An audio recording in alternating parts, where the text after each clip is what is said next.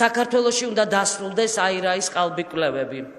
ჩვენ გამოვიკითხეთ 28,000-ზე მეტი ადამიანი და ამ ტრიბუნიდან უნდა ვთქვა, რომ ამ 28,000 ადამიანიდან 67% არ ენდობა აირაის კვლევას.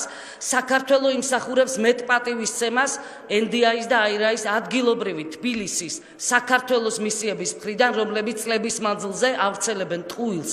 შეცდომაში შეყავთ საზოგადოება და ჩვენ მივმართეთ სწორედ აირაის და NDI-ის სათაო ოფისებს, ყველა კონგრესმენს, სენატორს, ასევე ჩვენს დონორებს და მივაწოდეთ ჩვენი კვლევის შედეგები. საქართველოში აირაი ხატავს იმ სურათს, რაც მას სურს რომ ჩანდეს. ბოლო კვლევაც, ბოლო ტყუილიც არის ამისი ნათელი ილუსტრირება.